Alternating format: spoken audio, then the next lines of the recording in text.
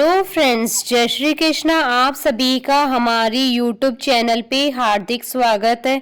आज हम आपको पोष पुत्रदा एकादशी व्रत कथा, पूजा विधि, शुभ मुहूर्त, पारणा का मुहूर्त और संतान प्राप्ति के उपाय के बारे में बताएंगे।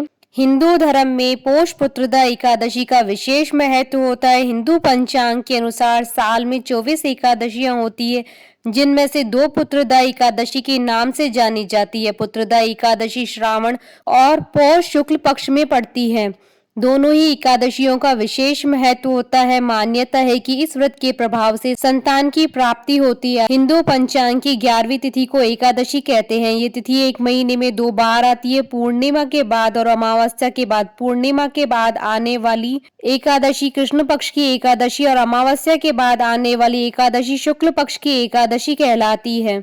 जो भक्त एकादशी का व्रत रखते हैं वह एकादशी के नियमों का कड़ाई से पालन करते हैं तथा अगले दिन सूर्योदय के बाद ही उपवास का समापन करते हैं। एकादशी व्रत के दौरान सभी प्रकार के अनाज का सेवन वर्जित होता है।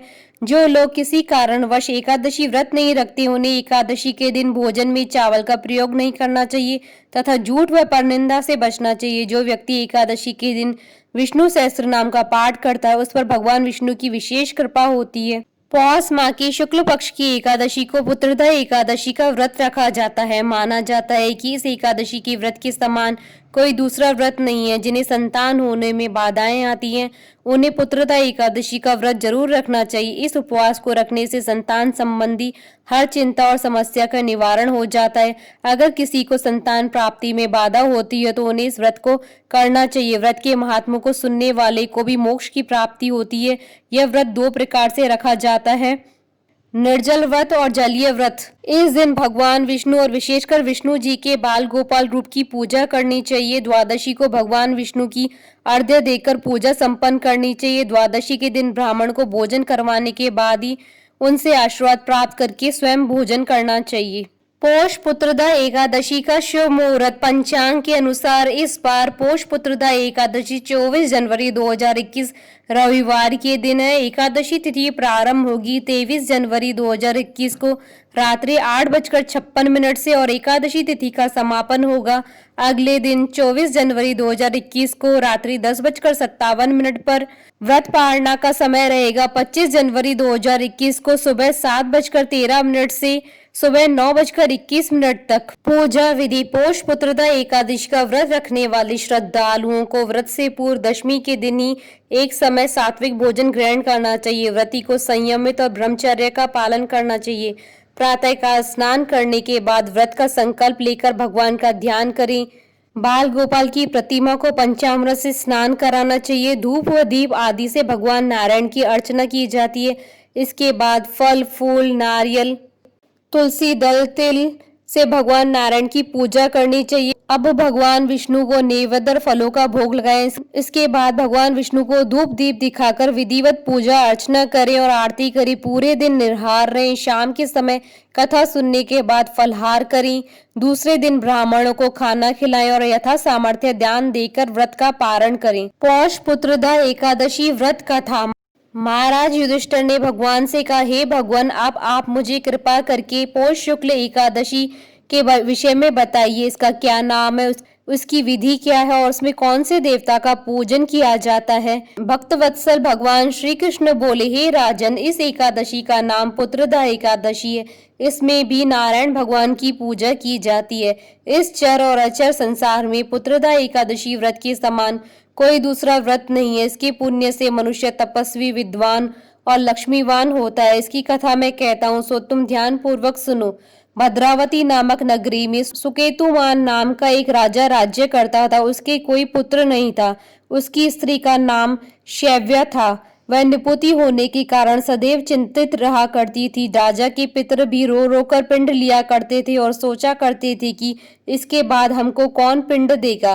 राजा को कोई भाई, मानव, धन, हाथी, घोड़े, राज्य और मंत्री, इन सब में से किसी में भी संतोष नहीं था।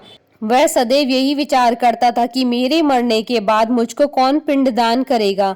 बिना पुत्र के पितरों और देवताओं का ऋण मैं कैसे चुका सकूंगा। जिस घर में पुत्र न हो उस घर में सदैव अंधेरा ही रहता है। इसलिए पुत्र उत्पत्ति के लिए प्रयत्न करना चाहिए। जिस मनुष्य ने पुत्र का मुख देखा है वह धन्य है। उसको इस लोक में यश और परलोक में शांति मिलती है, अर्थात उनके दोनों लोक सुधर जाते हैं। पूर्व जन्म के कर्म से ही इस जन्म में पुत्र धन आदि प्राप्त होते हैं। राजा इसी प्रकार रात दिन चिंता में लगा रहता था।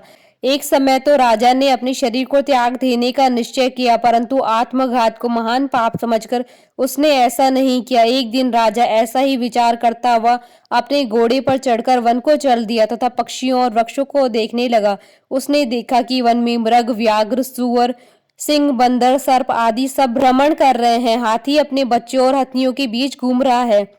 इस वन में कहीं तो गीदड़ अपने कर्कश स्वर में बोल रहे हैं, कहीं उल्लू ध्वनि कर रहे हैं। वन के दृश्यों को देखकर राजा सोच विचार में लग गया।